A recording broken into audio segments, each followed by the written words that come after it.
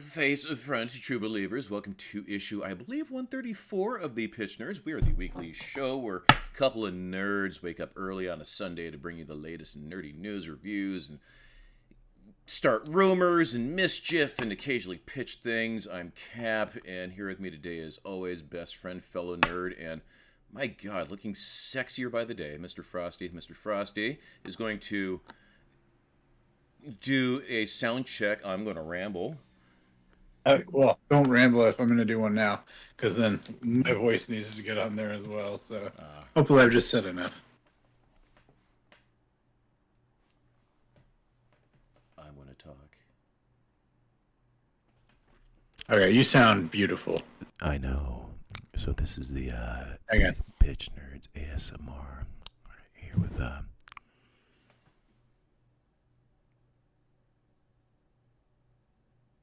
Yeah, hopefully I'm right. If anybody is watching and we don't sound good, just let me know. Okay. So Yeah. on with the things. Yeah, my goodness, what are we talking about today? So I've been looking forward to today because I have a lot to say about a lot of things. So we are I truly have a lot to say, and it's a complex web of things, but I do have a lot to say. We're going to be discussing the first two episodes of The Acolyte. We have this week's Battle Nerds, where we're pitting the Ninja Turtles, specifically Donatello against Iron Man. Did you see this morning's My Adventures with Superman? Yes, this morning's My Adventure with Superman. And my goodness. And we also had Godzilla minus one, and I've watched the entire Hell of a Boss show all the way up to season 2, episode 8. It's so good, isn't it good? Yeah, it's so good. I felt really sad though with episode 8. Oh, I know. My youngling saw it before me, and I was upset. And she's like, "No, it's so good. I want to watch it again." So we watched it, and like, "Oh, this is really good." She's like, "No, it gets better." And then it's like, "Holy shit!" Yeah. It's like, when he was like, "I didn't know you thought so low of me," I was just like, "Oh." Yeah. Yeah. Anyways. I even watched the panel of all of the voice actors talking about it. But yeah, for whatever reason, I think it was that episode. It shows like their armored suits are like, exoskeletons and stuff, and then like they're all modeled after each one of them. Luna's is just a fursuit, and then like they all suit up and everything's all. But then like someone just throws the fursuit, and I'm like, "Hey," and they're like, "No." Do you have a favorite yet? Oh, character? Yeah. What's her name? Millie. You like Millie? Millie's badass. Oh yeah, 100%. I like Blitz though. Blitz, I mean, they're all cool. I mean, they're all cool. My youngling doesn't really care for Luna. I love Luna. I think Luna's badass. I love Luna. I love the joke with when they're like, "Yeah, you can't go to the human world. You know what all those sick, like weirdos do." And so like and they all like turn and look at the camera. No, I like Luna. I like Luna because she's, I mean, I feel her character. She was this, they did it like it was such a pound, but it was kennel like with hellhounds. Yeah, and she was about to adopt out, and then like Blitz like loves her. He considers her like his baby, his child, and like she's like, "I'm adopted," and like, but she does like. She even though she treats him like kind of like dirt, you can see there's like a love between the two. Yeah, that's what makes the show work. Is like we were kind of talking about it before, and this has been everybody likes this. If you like the show, but it crosses all boundaries. Like the LGBTQ plus community, like just everybody is involved in it. Like it welcomes everybody. Although the way I see it, it's in hell. So. What are you going to do when you're in hell? No, but it's because I mean, I guess for me the message it's done through like hypersexualization. Yeah. Oftentimes, but it's done in a funny manner, but that's the message they seem to be promoting as well as other themes. Right. I don't know. I just love I love something when it's so good. It's so great. It's really good. It's easily jumped. I like it way better than kind of. I really liked Hazbin Hotel, right? If that's what you prefer, I totally respect that. Right. This one just spoke to me like right from the get go. That first episode, I was just like, oh, this is what I like. Right. I like Millie's battle axe. That's cool that she has a battle axe. Yeah. She's cool. I like her character because like I don't know, something about her just like she loves what's his name, Moxie, and like. So you know who they remind me of, like in like an alternate universe of like the evil doppelganger versions. This reminds me almost of like a hellish version of Joe and Morgan, just a little bit. It's sort of, yeah. I sort of see that the whole time I'm watching. It was like, I see this like hell spawn version of Joe and Morgan. Joe than Morgan and Millie, but I guess I do see what you're saying because like Morgan's got kind of more of those country roots and stuff like that, and similar to, yeah. But it's a there's so many stuff in it. I guess to me Millie feels a lot like my friend, and so that's why I see her more in the character. One of my best friends. Anyway, fantastic show. We can talk about it more later. We should probably jump into the news. Blitz. The O is silent. I like Blitz. I like Blitz too. He's fun. I like all of them. I can't think of a character. There's no character I dislike. I like their depiction of Asmodeus. I like the. Is it Asmodeus? I mean, every time I play on D&D, it's Asmodeus. I'm sorry, Asmodeus. Well, no, but they say Asmodeus in the show. Like, it's just like I just wonder, like, have I been saying it wrong, or are they saying it wrong, or does it matter? Like, so my favorite handling of that was we grew up with Ra's al Ghul. It was always Ra's al Ghul, and then it was like Raish, and then it was Ra's, and then I think it was the second Arkham game where they had to explain it. Oh, it's actually pronounced Raish, and it's like, oh, that was weird. But yeah, it's whatever. I always think Asmodeus, but yeah, it's great. It's absolutely fantastic show. So good. All right, jumping into nerdy news. The Art of X-Men, the animated series, is currently on sale for 41% off. You can pick that up at, I think it's on Amazon right now. I saw that. It looks very cool. It's basically all the chart. Where that come from? I'm trying to say show and art. It's all the art from the show. And, it looks cool. I don't know how much it costs. I probably should have written that down, but it looks like it's a good deal. 41% off. So if that's something you're into, your collector like Cap, you might want to add that to your collection. I have some X-Men 97 news. Do you have? Okay. Well, this was X-Men the animated series, but go ahead. No, X-Men in the anime. So X-Men 97 news. Apparently, season 2 is going to be getting because you know how it's split up into 3 different teams now, essentially past, present, future. So present team, they're going to age them up into like the early 2000s now. So there's going to be a little bit of a time jump between the 2 seasons with the present team. So yeah. So yeah, there's that. That's interesting. That's my bits. Also, speaking of X-Men, this is another one of those words. The Karakokra Karakoa, or Karakoa, or whatever, however you say that word, right? Each has ended. So like people have different opinions on this. I noticed Rob from Comic Explain. He said the Karakokran age has ended, not with a whimper or something like that. Basically, it sounds like, I mean, you know about it at all, right? Not really. So you read X-Men 97. You read X-Men versus Avengers. Remember that they were on the nation. Yeah. So all it is a mutant nation. I mean, I'm boiling every breath. But it's been a long time since I've read it. But okay. Yeah, it's a mutant nation run by mutants. And basically it's been going on in the series for a while. It just ended. I haven't really read it much of this stuff, so I mean, if I got something wrong, just let me know.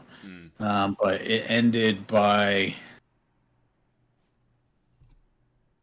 I mean, it teleported into like an ethereal. It's still there, and some of the mutants decided to stay there, but it teleported into the White Room, which is a sub dimension where the Phoenix Force or something. And then and so that's it. It bounced out the island itself. And then there's all these people wearing like t-shirts like God, I need to learn how to say this word. I practiced it before we went live, but it's gone already. I'm so bad at words like this. It's because I read it more than I hear it, you know what I mean? Yeah. The Karakoka or whatever, fucking, I hate this story. Nailed the pronunciations. You offended everybody. Everybody's offended now.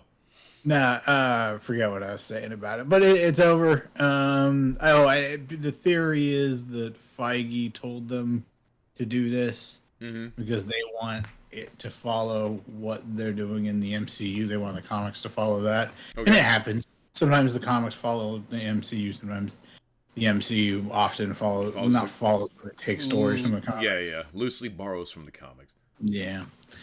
But yeah, I don't know. It's I might look that up though. That sounds cool. I wouldn't mind owning like a little box thing of art from the show. That'd be cool.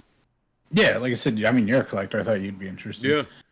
Actually, I saw a really cool figure of Cyclops from X-Men '97, and he's superposable, so you can have him do the. Yeah, this is in '97 though. I know. It's just while we're talking X-Men, because I have '97 stuff in my head. It's just, yeah. While talking about X-Men merch, it's like, oh shit.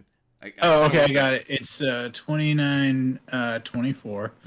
Was $50. It's on Amazon. Takes fans behind the scenes. Is it like a DVD or a box set? What is it? Oh, I think it's a book. It's a book. It's hardcover. Yeah, 100%. So it takes fans behind the scenes of the landmark cartoon and that laid the groundwork for dozens of Marvel comic adaptations that follows. It's got interviews with series writers, artists, producers, executive reveals the razor edge that Marvel and Fox navigated in order to bring X-Men to television, and details the tough decision, compromises, and brilliant solutions. And then you get comics, entertainment luminary, Stan Lee. It looks awesome. There's like tons of art, stuff with all sorts of crap. I'm just looking at some of the images. Oh, it looks really cool. It's got like bios and the sample art for all the characters, like Gambit and stuff. That's awesome. You can kind of see up here our superhero shelf. Can't really tell because of the angle, but we're sort of remodeling the house a little bit and sort of rearranging things. It's got like the original sketches for Wolverine and stuff like that. That's cool. And like I said, it is down. Oh, it's actually down to $20.55. No, that's something else. $29.24. Yeah. Okay, so if I had the money, I'd pick it up. Send me money, I'll buy it. Send us a super chat. I mean, actually, I'm gonna try and fix our tip box. It's not working. But I mean, if someone wants to send us something, let us know. We'll send you guys like a place where you can do that. Will Smith says it's harder to convince audiences to go to movie theaters when TV shows can now deliver such high quality at home. The definition of a hit is still much the same. Essentially, it's just harder to get one. Yeah, that's pretty much what I've been saying. I mean, I'm glad that man is brave enough to actually make any sort of public comment on anything. Good for him. He's probably going to be in a movie.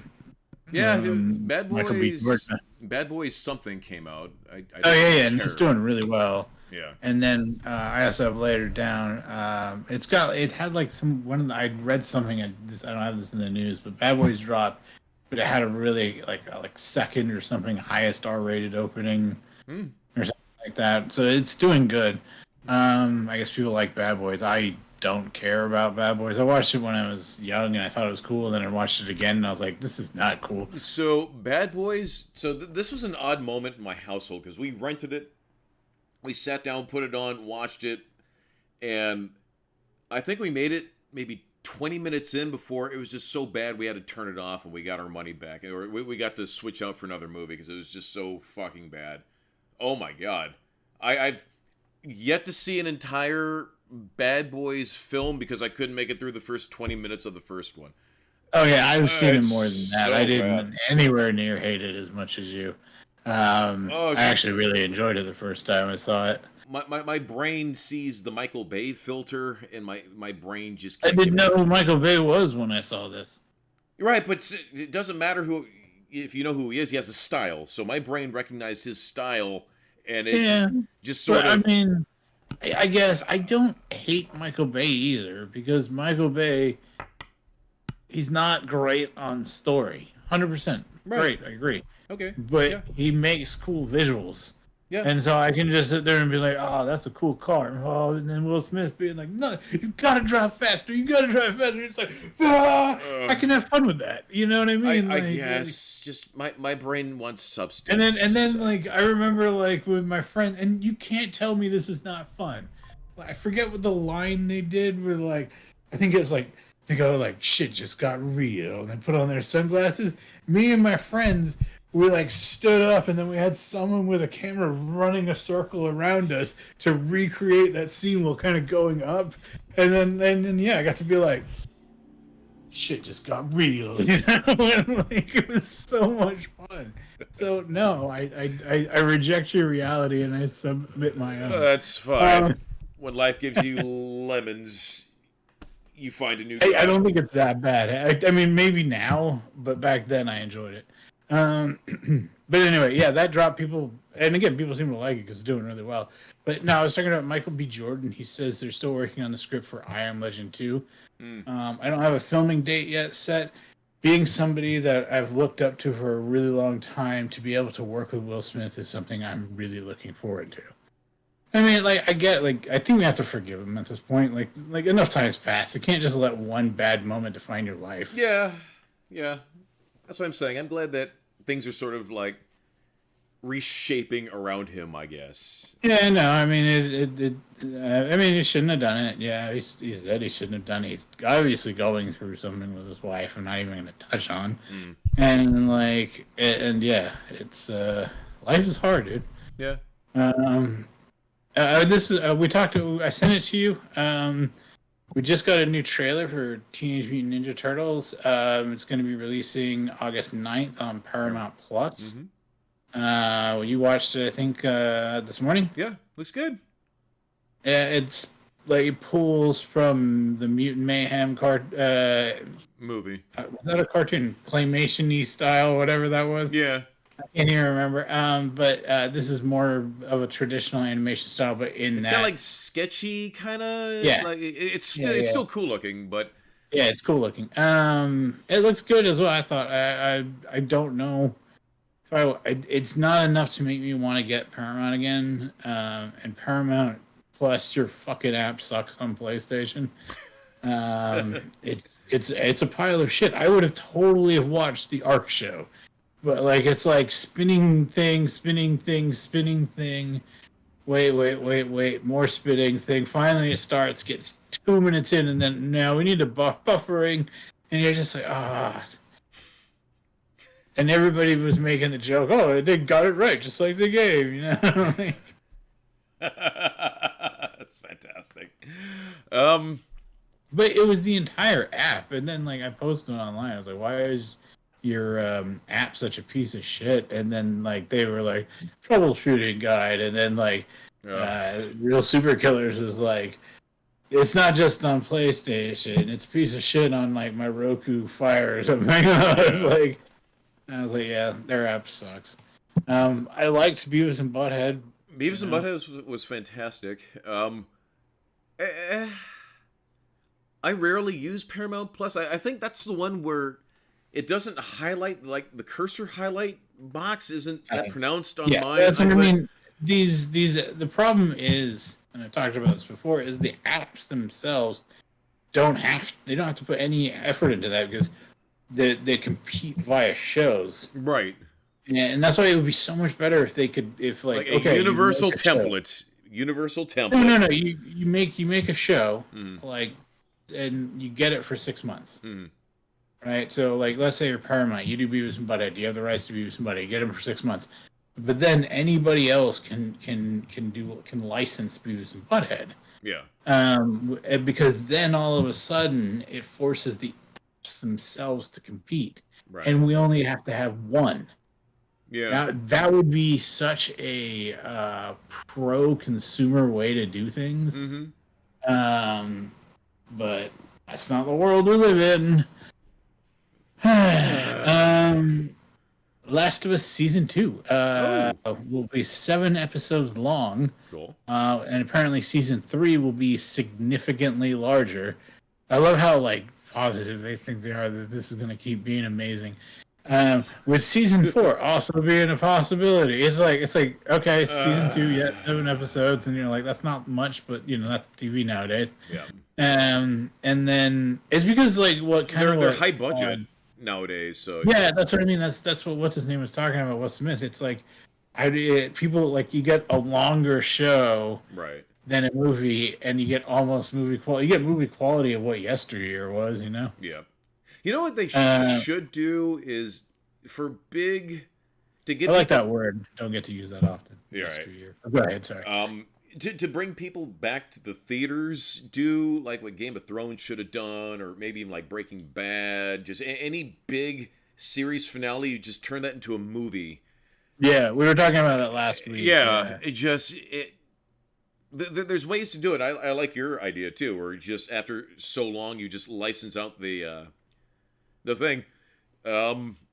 God, because there's so many. Well, that's more for how the app. Yeah, I know. Then yeah, again, like if you are loyal to Netflix, you're loyal to them because they offer the best service.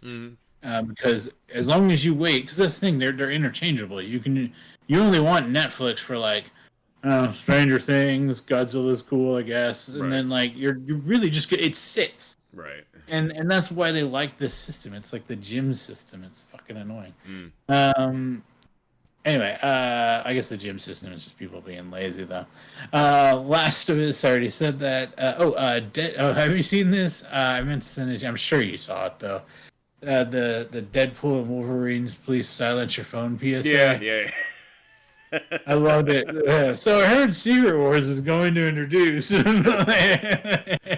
The stuff that they've been releasing has been so goddamn funny. That's because like Ryan Reynolds is a funny guy, right? But and he's a decent actor, right? But he is the best marketing man on the planet. That man was built by gods to be a marketing guy. Like everything he touches, he's just like, he's like, I couldn't tell you any brand. I know you could because of your career, but I don't know anything about alcohol. I know nothing. I know that I want an aviation gin. Aviation gin. It's some decent gin. I'm not big on gin, but you know. No, but that's my point. Right. I know nothing about alcohol, but if someone was like, "What kind of gin do you want?" Yeah. I trust him enough as a brand ambassador to just go, "I'll try aviation." My favorite was when he got Rick Moranis to be in that Mint Mobile commercial. Did you see that? Yeah, I felt really bad. He felt bad because he got punched. It was like Ryan's like, I brought him back to the world. Yeah, I forgot about that. And then like weeks later, some dude in like New York just like sucker punched. I'm like, God. Yeah, they was just walking down the street. Who sucker punches Rick Moranis? This is way worse. And I was horrified watching this. There's this video I like going around. Maybe we shouldn't talk because it's violent. But this woman attacks like 2 kids like with a knife and stuff like that, and like the father's like pulling them to safety. Oh shit! Crazy. And for no reason. Same deal. Just walking down the street. Oof. You never know what's going to set people off, man. That's just. But anyways, nerdy shit. Oh, this is funny. This is nerdy but real world and kind of sad. But. Elon Musk gave internet to a distant Amazon tribe. And apparently, as soon as they got it, they've just been like cranking their hogs, sitting around, like they're all getting angry at each other. So they don't want to work. So yeah, they don't know. They're on Twitter. They have to make the town function. They is like set up like an internet on. time. Okay, you can use it for 2 hours in the morning and 5 hours in the evening. The younger males are becoming like more aggressive, and so I'm glad you mentioned this because I was watching this with Mrs. Cap last night because I had heard about it and we finally got to watch it. Like the elders are having to like have councils to like try to wrangle this internet menace. So the thing is though, like people don't do well with. Internet. It's funny that it's just, and they've already said they're like, no, we can't go back now. Right. And it's like you're saying life is better before internet, and then like they're like, yeah, but it's too late. We can't. And that's kind of how we are. Because it's like, yeah, they're like, that's horrible. They were living such a better life. You should give up your internet, Cap. Your first response is, no, fuck you. No. Plugged into the Matrix. Oh, it's so funny. So apparently the younger males are sharing porn videos with each other. Like that's hilarious. Apparently, like it's leading them to want to be more experimental in their tribal huts, I guess. So, well, of course, because like they didn't know that stuff existed. Right. You can do that. Yeah. You can put what where? Yeah. I mean, I'm guessing there's some poor tribal women out there going, "Dear God, no." Can you imagine? There's a point. But hey, you know what though? But like, fair is fair. I'm sure there's some also like people on both sides. I mean, they're seeing all sorts of crazy stuff. Yeah. But can you imagine? I mean, I wish I were a fly on the wall to just see that moment of first contact, that first exposure, where it's the my God or whatever. It just. Oh my! And then they just it spreads. It spreads. The thing is, for that 2-hour period and the 5-hour period, apparently everyone just shuts down, and just stares at their phone the whole time.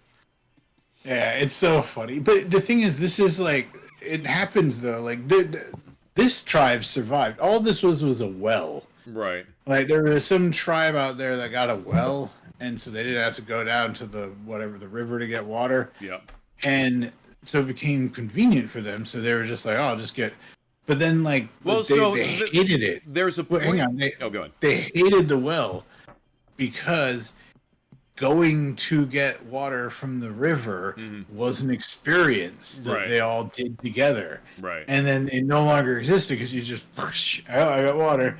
And so and this is like, if that can fuck up humans that much, right? Imagine like the internet, Right. So, of course, you have to look at the pros and the cons. So, it was originally supposed to help them deal with things that they encounter in the Amazon. One particular was a snake bite. They were able to identify the snake and learn how to treat it. So, it's like having the Infinity Stone. The internet is the God, what is it? Infinity Stone of Knowledge. Yeah, it's like the Knowledge Stone. You can access anything, but where do we go? Right, yeah. So it's like that. So I don't know. It's just fascinating to see how quickly. I bet within a year they're going to start talking like Gen Alphas with their gamer talk. But you know what though? Apparently, one of them wants to. Oh, and they're falling for scams too. Yeah, so that's another thing is that because they're so ill-equipped, they don't know what to recognize as predatory, so they're falling victim to scams. So it's like a fish swim type of thing. So here's the internet. We've had 20-something years of exposure to this, so we know what to look for. So. Not really, though. I mean, we still fall for them all the time. Well, you know what? They're evolving. I am so careful that I got a thing from my bank, and I've had the same I've seen the same text chain from them saying like maybe you have fraud, Mm-hmm. and then like I get a phone call from them, and they're like, "Hey, answer these questions so we know that we're talking to you." Right. And it was put a robot voice, and I was like, "How do I know I'm really talking to my bank?" Right. So I immediately shut it down, and then I was like, I called the number on the back of my card. Right. And it turned out it was the same number anyway, so it totally. That's what I mean. That's how careful I am. No, I'm like all these things are adding up. Yeah, yeah. And then it's like, still no, you Right. know. But good news. I heard one of the tribesmen, one of these people, wants to go and pursue a dream in dentistry, a career in dentistry. So good for them. Remember how Madam Web's mother was in the Amazon or something? I don't know. There you go. Maybe she'll bring Spider-Man powers. I'm fine with that. Yeah. Or maybe this guy will bring Spider-Man powers. Yeah. I could use some Spider-Man powers. Yeah. We're gonna be able to grow teeth again, right? Really? Yeah, they're starting human trials very soon, but yeah, they're like, yeah, that's gonna be a thing soon. That's cool. Yeah, I agree. I forget. I think it would just be a simple measure of just altering like something in our DNA because other animals. That's it. They just turn. They just turn on that thing. Yeah, and then it just happens. Yeah. But would that also include wisdom teeth, though? I don't know. But they're starting human trials. Oh. And they're saying, yeah, it's going to happen. You'll be able to do that by 2030 is what they're saying. Oh, yeah. Cool. I mean, assuming, we aren't like, I don't trust science. You could... Yeah. Anyway. The next Avengers movie may feature more than 60 characters returning to the MCU.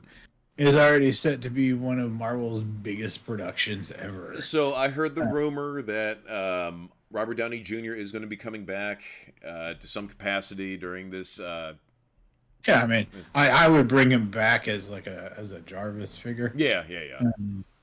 But yeah, no, this is the thing is like I saw Gus at Real Super Killers. Check out his comic Super Killers.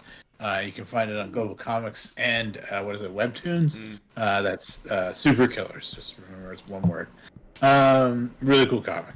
Big supporter of his. He's a big supporter of ours. You wouldn't know it if you follow us on Twitter and you see us interacting, because me and him are like, no, you're wrong. And he's like, no, you're wrong. But it comes from we enjoy discussing finer elements of nerddom. Right. It's all friendly chat. He's my bro. No, that's cool. Making friends. Yeah, we're good friends. But anyway, he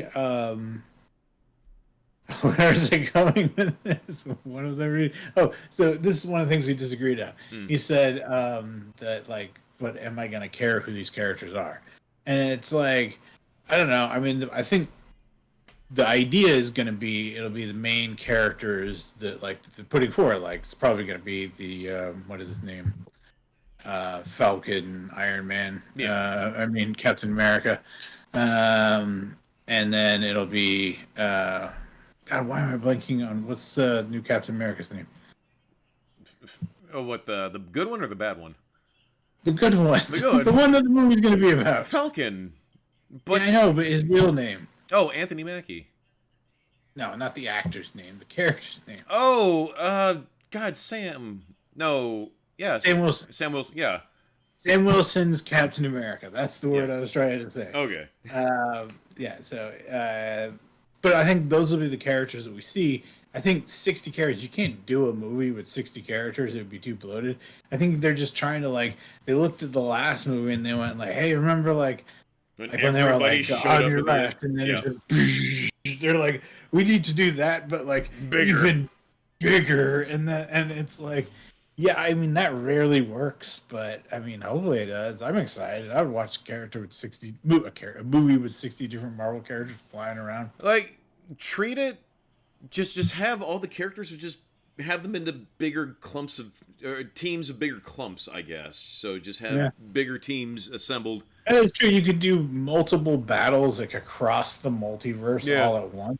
So, you know how in WoW there used to be like those bigger raids where you would have like 4 different 40-man groups? raids, yeah. Yeah, so do something like that, but just as a Avengers movie. You can do it.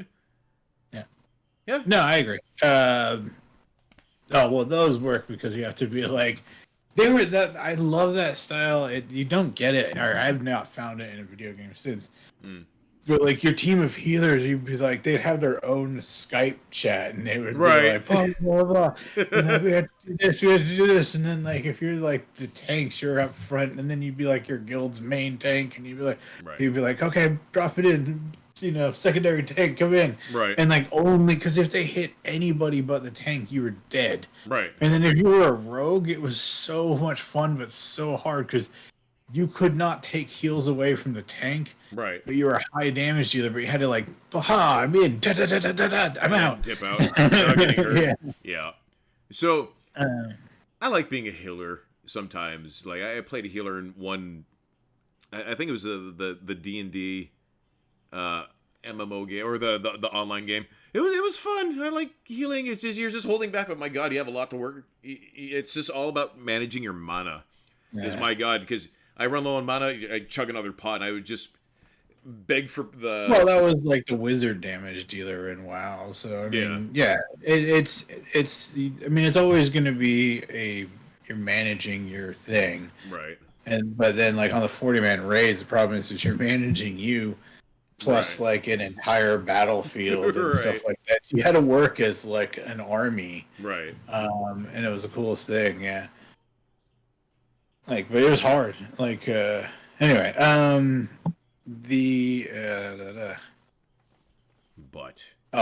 new trailer for Alien Romulus has been released. I'm pretty sure you saw this. Yeah, I saw it. Yeah. No, thank you. It looks so good. The face, like.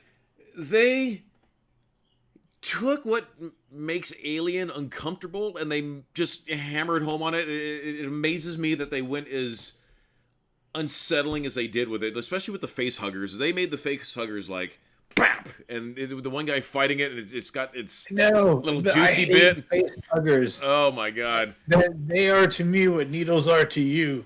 And that's why Alien is the scariest franchise, because this is the horror movie equivalent of some guy being like, needles, and like to you, and you just feel like, oh God, oh no, this is terrible. And that's why I struggle with Alien, and it's fine if it's just like, I just kind of have to look away when the face huggers show up. Right. But it's mostly about xenomorphs.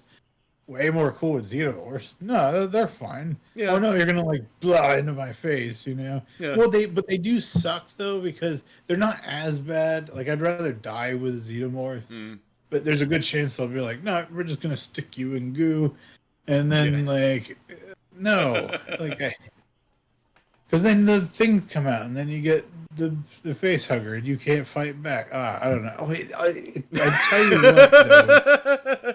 It's because it reminds me of being in the recently, like the hospital reminds me of that. Right. Like they're like, we're gonna do something horrible to you that like you would never allow in a million years, and then you just have to lay there taking it. Ugh. It's the most. I have been so traumatized by my recent experience in the hospital. Yeah. I don't even know how to. I don't know. I told them the last time something related to what has happened. I was like, I will physically fight you people. Right. And I just had to warn them, like, you're gonna have to knock me out. This isn't an option. Right. give you both barrels. Yeah. So this trailer, it looks like Aliens. It feels like Alien. It seems like there's like a laboratory or something, because you see these things popping out of these sci-fi tubes and whatnot, and there's that scene in the water. I like the face huggers. This one's very face hugger friendly. So and they're quick too, because before they were limited by puppets, so it was very this is just like BAP! They're running yeah, but I mean, they were still like I mean, we watched Aliens and you're trapped in a room with one. It's like, you know what I mean? Like, and it was like super effective. So they're too dangerous. Like you need to. The only way that like I would be cool, and I'm not this confident of my abilities, is if I had a really sharp blade, Mm-hmm. and then like I need to have like millions of years of ninja training, and just be like, "Ptah," and then slice it in half midair. You know, like then maybe I could handle watching this movie.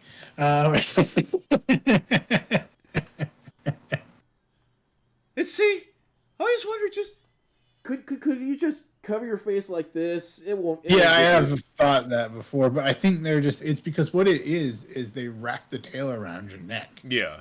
And then constrict. So it forces you to go, yeah. Oh my God, I know why this is horrible to me. I just, because traumatic family memory. I can't even, there's a technique when you're trying to get your, in England. Mm-hmm. I feel like I'm outing, like, anyway, I'm not saying it happened to me. But where you hold the kid's nose until it has to open its mouth for air, and then you push in the vegetables if they're fighting you, and it's horrible. So, when I was in the Young Marines, when some of us were on watch, we would prank each other by holding each other's noses while they were asleep to get them to open their mouth, and we put a little bit of Tabasco on their tongue. That was fun. I'm not saying I did that. I was just, This is you violently, like well, like an adult holds you by the throat and squeezes your nose.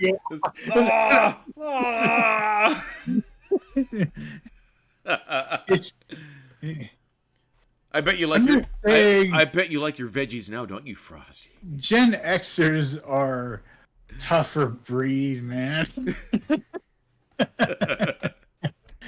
Anyway.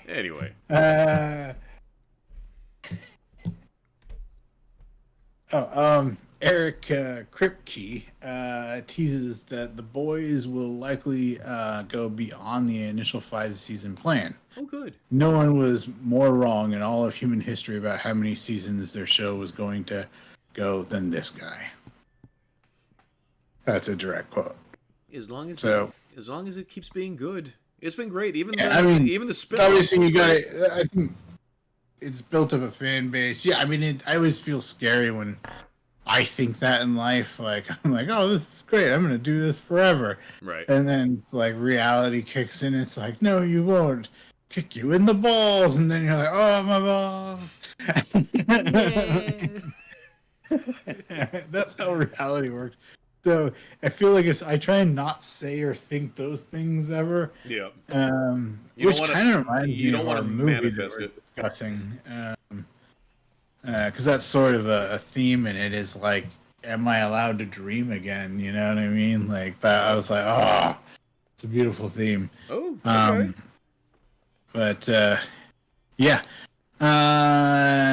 So that's all I got. You got anything else in the news? So I have one, and then this will segue into the Acolyte, because I've been foaming at the mouth to talk about that. So, okay, I think. Well, let's do the Acolyte, and then. Well, no, because I have a Disney thing that's going to tie into the Acolyte, so it's a perfect segue. So. I was just gonna say after the Acolyte, let's do some battle nerds because I'm excited. I've thought this one through. Okay.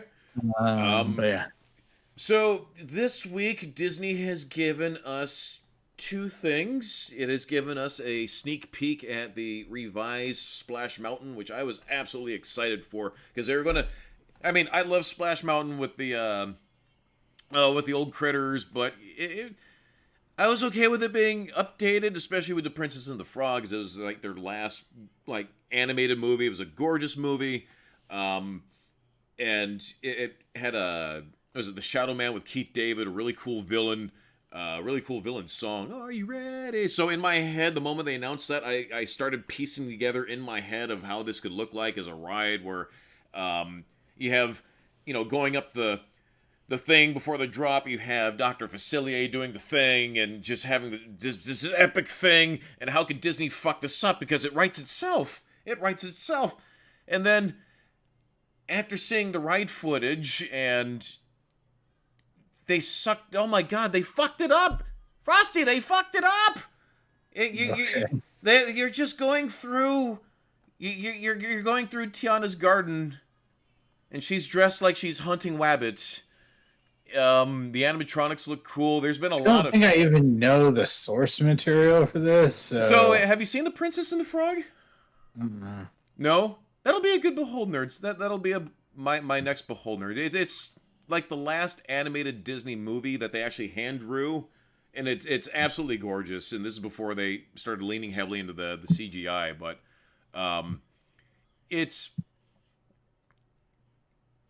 so apparently the reason why they didn't want to include the villain is because they didn't want to have anything depicting any type of voodoo, because Dr. Facilier, that was his whole thing, is the villain, is that he was a witch doctor. He did right. I kind of know the movie. It's the one that takes place in like kind of like the Bayou, like New Orleans area. Yeah, absolutely gorgeous movie. So they didn't want to have any depictions of voodoo or anything. So now it's just this wholesome ride with just I'm so disappointed. Now this will segue into our review. Well, I mean, maybe they're aiming at the kind of princess, like, no, you know what I mean? Like they're like, oh, this will be a ride great for little girls, you know, like, because like my friend's daughter, I used to go to stuff like that with her, and if it was someone's guarded and it was a princess she loved, that would be like the dopest thing in the world to her.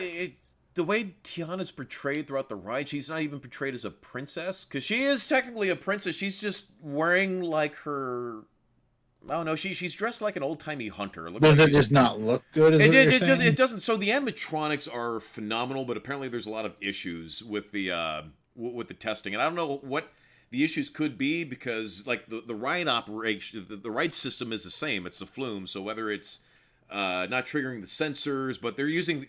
I'll send you a link. The animatronics look phenomenal. They have, I think his name is Louis. He's like the big animatronic alligator. I don't care for the character, but it looks phenomenal. He's just this big, boisterous thing, but you know, with all. No, dude, I'll check it out. I'm interested to send me a link or whatever. Yeah, I'll send you a link. But it was just so. I want to be informed before I give my opinion. Yeah. It's just so. It was monstrously underwhelming. Because you had this really cool villain and you decided not to use him, and it just feels underwhelming for something that's Splash Mountain. Now, we have the Acolyte. Everybody knows how I felt about the Acolyte, and my goodness gracious, I was happy. Wait, pause. Do you remember the Knott's Berry Farm version of Splash Mountain? Yeah. What was it called? So it's the Timber Mountain. Yeah, I think. But I went on that ride, and I was a little kid, but there was a much littler kid than me. Mm-hmm. And he was on it, and he was really excited because he liked the fall part and all this kind of stuff, and he enjoyed all the characters and stuff. Yeah. But he told me like he was like, he's really scared. I was like, why are you scared? And he's like, because the part where it's like the wolves and stuff like that. Yeah. He hated that part. Mm-hmm. And so, like, I do think, like, maybe that could also be, like, a goal of it, is, like, they didn't want to scare anybody. Yeah. You know what I mean? Like, some rides, I think, are just, like, they're like, hey, let's make it as child-friendly as possible. And so it's just, like, I try and look at the world through different lenses when I can. You know, because I think you Splash have Mountain to was with a art. child-friendly ride. Like everything in Disney's a child-friendly ride. No, I know it's not child-friendly, but like it is child-friendly. They took the thrill out of it. They turned it into a very just. No, I just mean like for this little boy, it would have been a more fun ride if they didn't have that scary part. You know? Yeah. And I just try and think like that, maybe. Like if I try and look at who's the artist, and like the artist might be like, oh, I want this to be for that guy, and like and So, but if you're saying like the rest of it doesn't look good, so the animatronics look great, but they're sparse. It's a lot of empty space that they just because the place is bustling with critters. Because you're entering like critter country, and you got the little critters, and you follow Brer Rabbit. It's a fun. I love Splash Mountain. I love the whimsy. I love the music. It's just it's a fun. Da da da. Chuck E. Cheese is removing all their animatronics. So I heard about that.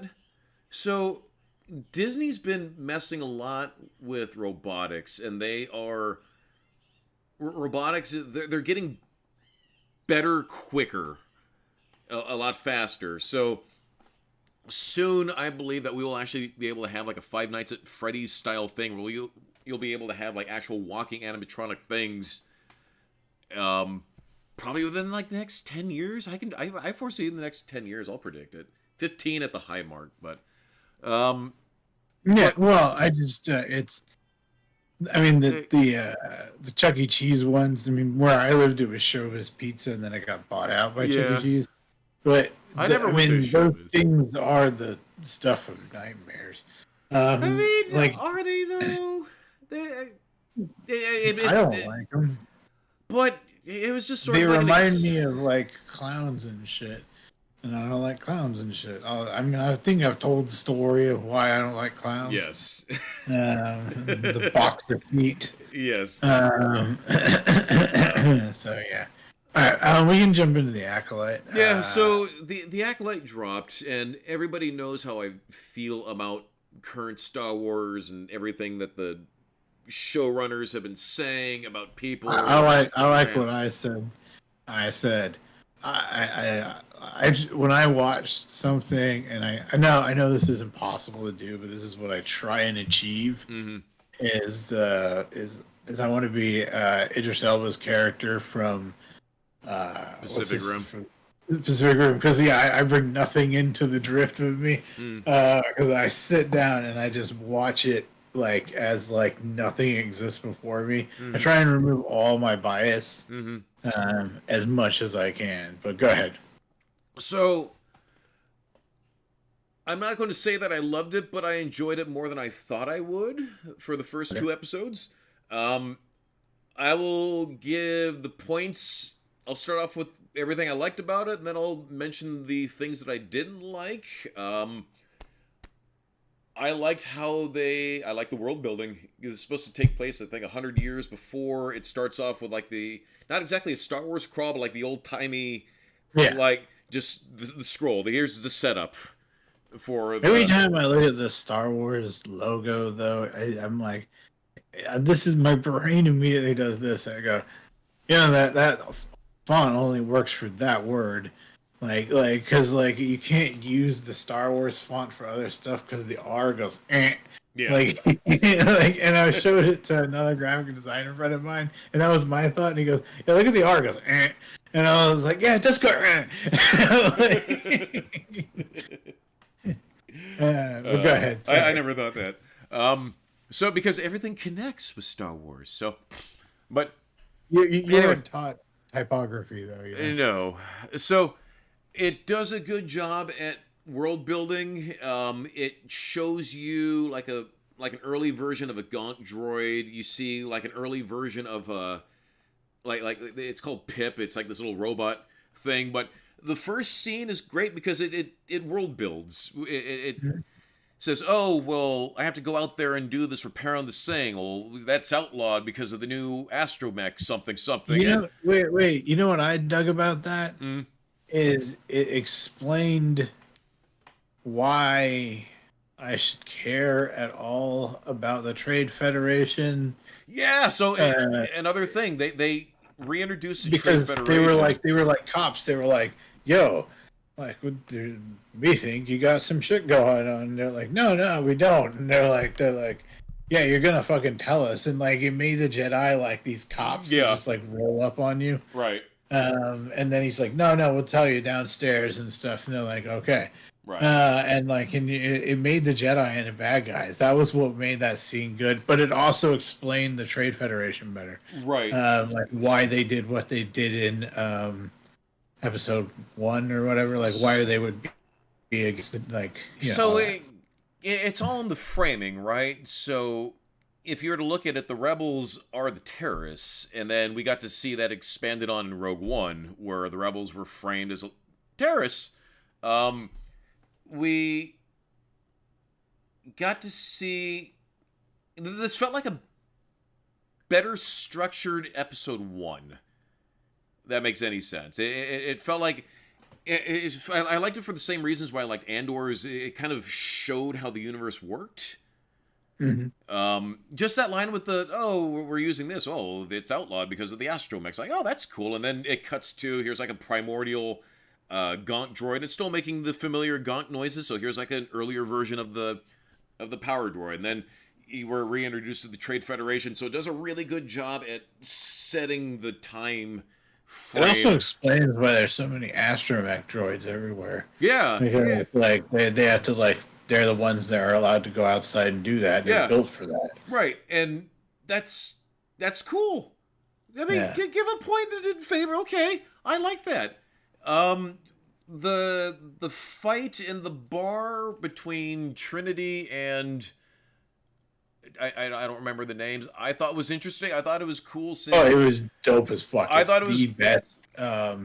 It's the best choreography in Star Wars, in my opinion. I think it was cool to see a Jedi not just like, it's cool. It's discipline. You don't need to get on somebody like that. This, it was interesting to see how the character beat the Jedi by using deception, because she threw the dagger. Like, can I just talk about the scene for a minute? Like, because the fight choreography is fucking excellent. Because, like, Ahsoka, it was like, people are like, oh, whatever. And it's like, it's because they did it in a certain framing. If you're into fight choreography, like, it's actually really good. People who say it isn't, but that final lightsaber fight was excellent. But what makes this one superior is it's an excellent example of, like, they used some stuff like speed ramping and faster cuts, but it was done tastefully. Right. And then it was done. Not only was it, like, excellent to watch, like, their movements are swift. You know what I mean? These are talented people, but it told a story as they fought. Yeah. It was like, okay, it's like, ha ha ha, and it was done like a Western, you know what I mean? Yeah. It's like, and which is perfect. It fits so well into Star Wars. Right. And it's like, oh yeah, I want you to come at me with everything. Oh, ha, ha. Everyone's like, ah. And then all of a sudden it's like, oh shit, these are actually fighting, and like the music's like, it starts getting intense, and it's like, and then, like, it's just so good, and then it builds, and then like it has a finale, and then you're like, oh, she's beaten. Right. It's just done so well, and also yes, knives can kill when they hit you in the heart. Well, you know what? I just sort of interpreted that as maybe it was like laced with something, because they then it hit her in the heart. It hit her in the heart, but it's fine. That's all it takes. Yeah. like. The lightsaber in the kidney, you could hit me there, you're just hitting dead flesh anyway. But, like, even if, and that's the thing, we have 2 of those, like, it's a whole different thing.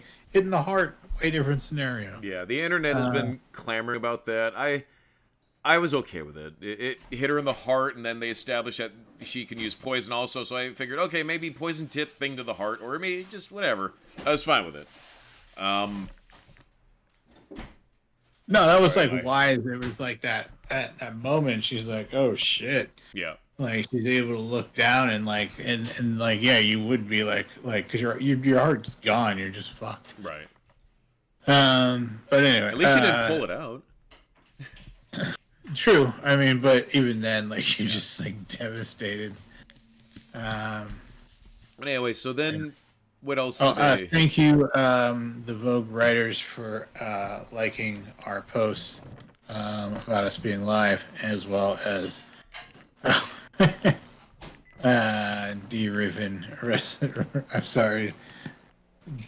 Driven Radio Civic. Thank you for your like as well. Sounds good. Yeah. We're introduced to the guy from Squid Game. who's almost like the Qui-Gon of the series. He feels very Qui-Gon-like. He's the one who apparently was the master of this person who has a twin. And so I remember early on the internet was, oh, it's rumored that the whole spoiler of the show's been spoiled because there's a twin and one's evil, because of like I didn't even know that. So I heard it. I heard about figured it out immediately. Well, though. Right. So I heard about it. I intentionally didn't mention anything because I know how you feel about spoilers and whatnot. But it wasn't really much of a spoiler because they mentioned in the first episode that there's an evil twin. But as soon as it presents itself right off the bat, that here's this fucking super ultra killer, and then here's a chick on the thing. And the only explanation was like, oh, she's now living as this life, right? Right. But then the Jedi show up and they're like, oh, where is she? And they're like, and you're like, oh. And then they're like, yeah, this happened just, right now. And they're like, so, oh, no, I've been here. And you're like, oh, okay, so she's been there. Right. And like, you know what I mean? So your only options are, what are your only options? She has a twin. I immediately knew it was like someone just either a clone, twin, something. Yeah. So, but no, it was good. I thought this was excellent. My opinion is, I thought it was excellent. I was interested all the way through. I didn't love it. I liked it a lot, and I liked it enough that I'm going to watch the next one. Interesting. Yeah. Because it did a good job. Yeah. It sucked me in. There was a lot of stuff to like about it. I like the guy taking that oath and stuff like that. I like that guy. I thought that was a cool thing. So one of my favorite posts was like, because I'm on Twitter, and I use the mute button a lot. Sorry for people who get upset about that. That way, if I need to hear you, I can, but I don't want to. Right. But like, I mute. So I mute, but it's like, and someone's like using the mute button on Twitter, and it's like he's doing a thing. It's like womp womp womp womp womp. It's because like it's just like I don't know. So one of the, because I listen to some of the garbage internet because it just entertains me. So there was people complaining that, oh, here's the first white Jedi and he kills himself because he feels so bad about what he did, and oh, she shows up and all of a sudden she wakes him, blah blah blah. Okay. The way I interpreted that scene is that he's aware of his surroundings at all times. He's in a meditative state, but through the Force, he's aware of what's going on. He knew she was there. In fact, I think the reason why he was in that state was because of her, and that's why she was seeking the revenge. So, oh yeah, it sounds like the Jedi like accidentally like killed some people at this thing and at this burning village thing. So and that's why that guy like he's like that's why he took the thing to repent for it. Right. And then he's like, oh yeah, I'm here. And then she's like here, and he's like, yeah, okay, I'll drink the poison. So that's totally what I got. Right. So to hear people complaining that, oh well, she's so perfect, he's in this meditative state, and she wakes him up, and blah blah blah. It's like, oh, So that made me laugh. No, the only thing the main character, the good version of the main character specifically, I was interested a little bit because I kind of like mechanic characters and stuff like that. A mechanic? So I don't mean that specifically, but I like characters that are mechanics. Yeah. I enjoy that, and that's kind of what she is, and so I would lean into that, just make her like one of the best ever to go out there, and like because that makes her a more interesting character. Like if she would be a more like give her a blaster. Don't necessarily have her using lightsabers again, but like she's better with a blaster because she sort of can tap into the Force. You know what I mean? That would make her. They're not going to do that, but that's how I would do it. Make her an interesting character that way. So I did like the prison escape scene because in my head I've got my checklist, and thankfully I didn't cross off a lot of boxes. But she's being transported to Coruscant. There's droids operating the ship. She's among other prisoners. They break out, leave her, and you see that this one dude sedated with like this thing on his mouth. She hasn't used the Force in a while, so she's trying to use the Force. She struggles. She fails. She tries to do the right thing by freeing that one guy. He betrays her, jettisons. I love that whole scene because the whole time I'm thinking, yeah, she's going to marry Sue this and marry Sue that. But she didn't, and I loved it. I loved it because there was peril. Of course, you know she's going to survive because she's the main character, but it... Oh, shit, well, that didn't work. Well, shit, that didn't work. Well, shit, I'm trying to be a good human. That didn't work. Well, fuck all this. I'm just strap in and hold on. And I thought that was cool. I liked that whole scene. I thought it was stupid when they recovered the escape pods, which were clearly near this planet, but then they had to return to Coruscant and then return to the planet. Like, that was kind of dumb, but that's just a small gripe. My God, goodness gracious, what else was there? I didn't like the character Yorg. I did not like him. He's the younger guy. He had the shirt off scene, which... Oh no, but I see. So no. Okay. So I understand. His character's great is because he's like an actually buff version of Zach Brannigan, and the other one has kind of Leela energy. Yeah. Or like not because she's like into him, but just because she calls him on his shit constantly. Yeah. She's like, whatever that was. And so it makes his character is designed to make her character better because she's my favorite character, and like the younger like kind of, I don't even know her name, but she's my favorite character by far.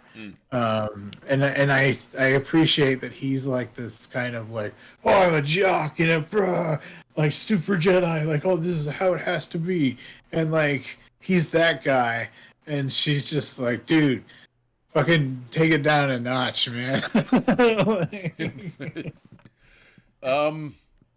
God, what else was there? Although you do see the indoctrination of the Jedi, because like she questions like his teachings and stuff like that, but then he has a retort. Like, I actually really like that scene too, because that's the Padawan asking, making a legitimate point, but then the master is like, oh, but this, and it's like, oh, like, yeah, it was well done. It was well done. It wasn't so. It's supposed to evoke the. You could do it, and this is why Kung Fu works just as well as the samurai stuff. Is because it's the same thing. It's that it's the ancient master imparting wisdom on the students. You know what I mean? Right. And like, but does not the mountain need a storm? Does not fire need water? Right. Does not your scrotum need kicking? Yop, cha. You know what I mean? Like, it's that. Right. So. What I like about it is we've seen in the previous movies in the prequels how the Jedi Council kind of works, where here's this boy, oh, he's too old, I can't train him. Well, then what happens to them once they're rejected? They're just cut back loose into the universe. Like, I like that they're exploring that. I don't think she was untrainable. I think she decided to leave of her own will. Right, but it's... Yeah, I suppose you're right. But they touch on that also with the indoctrination. So the Jedi would just sort of show up, and if they felt that the baby was force sensitive, then they essentially take the kid, and that's it. So they've alluded in the past of them rejecting people with force abilities if they were past a certain age. So what happens to them after that? I kind of... I don't think that's this. No, that's not that, but they alluded it in something. I just can't remember where they alluded to. But it's all questioning the Jedi. That's what they're doing. It's... I think it paints them as cops to the rest of the world. Yeah. Which is also like... Which again, that brings us back to the Trade Federation. Like I said, I think it's excellent. Okay, here's my thought. I watched it. I was like, it's pretty good. I loved parts of it. Like I said, the main character in regular mode, I thought was a little, but overall, I enjoyed it. I guess it's just because she reminds me of Lucy from Fallout to a degree. But she, okie dokie. Like her character just did it so much better. She had much more personality. You know what I mean? She was just like upbeat. Like, but even though I know it was done as a joke, but she was a much more interesting character. You know what I mean? Yeah. Yeah. But I mean, I think, and also like another one is we're in the age where we're getting there's a rush for all of the similar types of female characters, and but the female mechanic character is such a cool character archetype. Another version of that, Cyberpunk 2077. She's the one that you meet. I mean, you pretty much can play female character yourself, but one of the dateable options is a female. Even if you don't date her, she becomes your friend.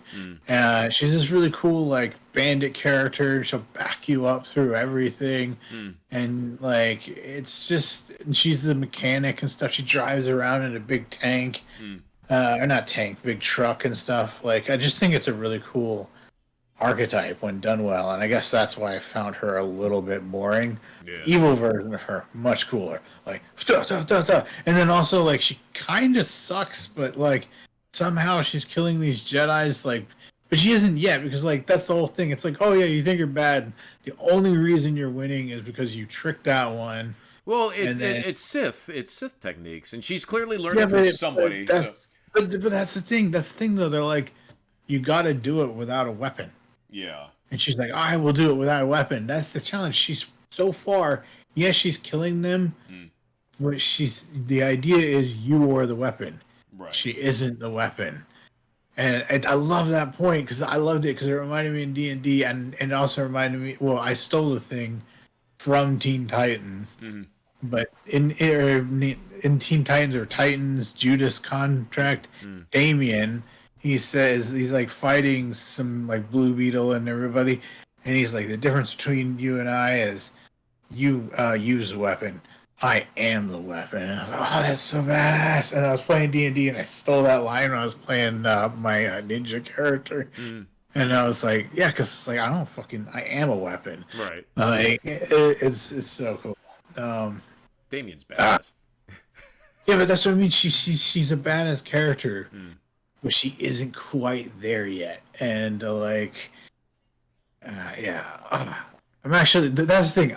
When I first watched it, I was like you, and I still think the main character is a little bit like less boring, but I mean, is more boring than the others. But I've enjoyed it more discussing it and analyzing it since, and it's made me appreciate it even more. This is aging well. So what? After the first 2 episodes, I immediately liked this more than Book of Boba Fett and Ahsoka. Just right out the get-go. I think Ahsoka's equally as good. Well, I think this is better fight scenes. Though one thing that is weird about this, I don't know if you saw it, it weirdly is gorgeous, but also when they're like walking around the ship and you see the trade, it looks like a Doctor Who episode. Like it looks like TV. Yeah. But like then like other shots, it's just like you're just like, oh my god. And I'm wondering if they just like, I think they used practical effects where needed, and I don't know, I think it looks good. I like that it has that almost Jim Henson style aesthetic to it. Yeah. So I noticed that, and that's another rabble on the internet. I didn't care. I just think that's a stylistic choice because it probably cost money to do. It probably would have been cheaper to just be like, I will just CGI over that shit. So apparently this cost Disney $180 million for this season. That's a lot of money. Yeah, no, I know. This has got it because the reason She-Hulk didn't work is people are like, oh, it's because not enough people were watching it. It's because it was like $225 million. It was like the highest budget of any show ever. Right. And it's just like sometimes people make shows and the budgets are just so ridiculously high. Like you would never be able to get that back. Like there was that dinosaur show. Do you remember? Yeah. Where like the Earth is dying, so they go back in time to the Jurassic period or whatever. Yeah. But that show cost so much money. It didn't fail because people weren't watching it. People were watching it. They were just just couldn't like afford to keep making it. Yeah, they're like, oh, this is not gonna work at all. Like, because they're like, it was billed to us as like ultra cool, like CGI dinosaurs, and they gave it to us. Right. But like, you can't afford that for a whole show. Right. You're not HBO. Even HBO can't do it. That's the thing. Like nobody can. Right. Like, What God? What was the budget for something like Game of Thrones? I wonder what that. I'm going to look that up. Actually, I know this. It's oh god, it's like a fraction of that. Each episode, like the highest episode was something like 8 million or something like that. I think, or maybe 16 million. They're fraction of what we see in this. God, where's all that money going? Because Game of Thrones is a phenomenal looking show, and it doesn't have any of those scenes where it looks like two different shows. You know what it reminded me of a little bit? It was the recent Avatar movie where certain scenes look one way and then the next scene it's like... It does look good, but remember, a lot of Game of Thrones is people just being like, oh my god, Robert, like how often do you see the direwolf? Yeah. You know what I mean? When you have... But see, that they're working within their limitations though, right? Like... use it when needed, not just have there to just wave your dick. Like, and we'll get to that in today's Behold Nerds. It's like you can do amazing stuff on lower budgets, but like you do have to accept, like, well, I mean, Godzilla -1, it was amazing, but it was definitely like, here's a model, you know what I mean?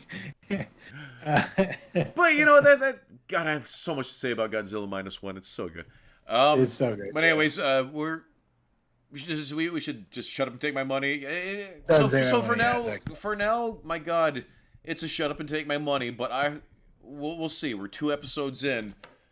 We'll see if they start destroying sacred texts and lore and making poo-poo noises on male characters and nonsense. Oh, you know the one thing that bothered me when I saw it was when we're introduced to the one chick with the green lady, the Jedi Master. When she enters that room, she does this, and it's like, granted, we all do that. I do that when I enter automatic doors, but why is she doing that? They all open automatically. You don't need to. Are you force opening the automatic door? What are you doing? It's from a while ago, but yeah, they should have automatic doors. Maybe she's just having fun. She's like, wouldn't it be fun to do this? Like, I don't know. I don't. But that's our introduction to the character. It was her force pushing an automatic door open. Like, okay, that's fine. Yeah, but there you go. I'm fine with that. If that's her weird little kooky thing, that's her quirk. She likes to pretend to open doors. I mean. I relate, you know. I mean, and the thing is, like, you're not supposed to use your force powers for stuff like that. So, like, I imagine that her just being like, hey, "Wouldn't this be funny if I went around doing this?" Like, yeah, okay, I'm okay. For right now, it's just shut up and take my money. I'm enjoying it. Yeah, you know what? It's not perfect, but I'm enjoying it more than some of the other nonsense that they've released. So yeah. I'm eating my own words right now, but my goodness, there's still 6 more episodes. We'll see how it goes. Yeah, everybody's like episode 3. Well, not everybody. There's these like people are going like, oh yeah, but in episode 3 it's gonna break the lore and everyone like I saw this cartoon of like I think I posted in the group chat where it's like someone's like, yeah, but blah blah blah blah blah. And this guy's just watching the Acolyte happily, and he's like, yeah, but blah blah blah blah. And the guy's still he's like, stop having fun, and like, and that's it made me. I was like, yeah, that's true. Anyway, can we take a pause? I need to check on the cat. And break. Then we'll come back with Battle Nerds. Battle Nerds will be... Oh my goodness, I'm getting all my pop-ups. We'll be right back.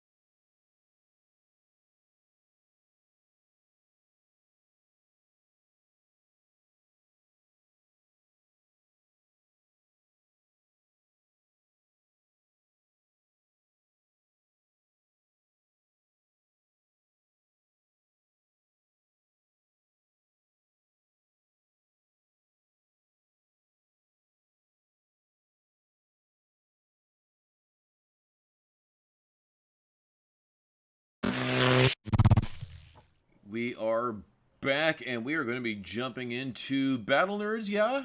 So, Yeah. Battle Nerds... oh, that was your phone. So Battle Nerds... Yeah, give me 1 second. I'll, like 2 seconds. You can talk. I want to do the Battle Nerds thing while you go do your thing. So Battle Nerds, this is our weekly segment where Mr. Frosty and I random roll from a list of 100 assembled combatants to pit against each other in a death battle of sorts, or Battle Nerds. This week we have the Teenage Mutant Ninja Turtles versus Iron Man. Last week we had Darth Vader versus King Kong. That was a fun matchup. Oh yeah. So winner to that one, like no real surprise, is Vader. But King Kong put up a good fight. You know what's interesting about King Kong versus Vader? Going into that, I was like, not because of fan votes, because I knew the fan votes would go Vader, but I was totally for Vader, thinking he would win, and then since I've switched to Kong, because I don't know, I've looked at other elements, like what they're capable of, and it's stuff that just dwarfs Vader. Like, think about like in the MonsterVerse one, Godzilla is just like, I need to go down. Boom! It shoots his breath down, and it goes down to the center of the fucking earth. It's awesome. Like, it's like in Minecraft. I'm sorry, if I can fight that, you're losing, Vader. and then it's like, oh, well, Vader's this, and I'm like, yeah, but can he fight the Justice League? You know what I mean? And it's like, no, he can't.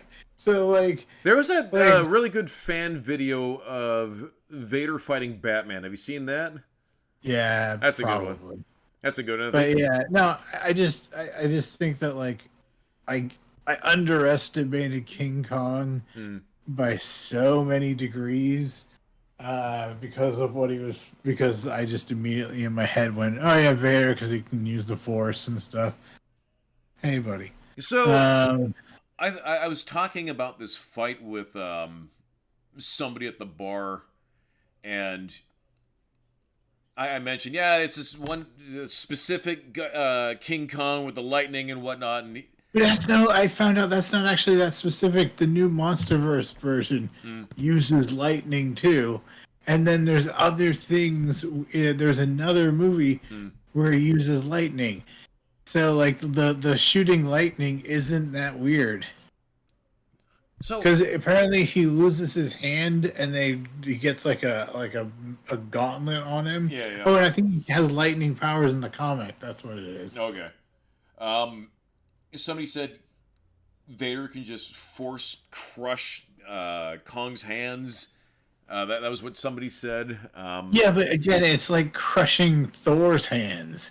Because you have to consider, this is the thing I've thought about so much of this stuff.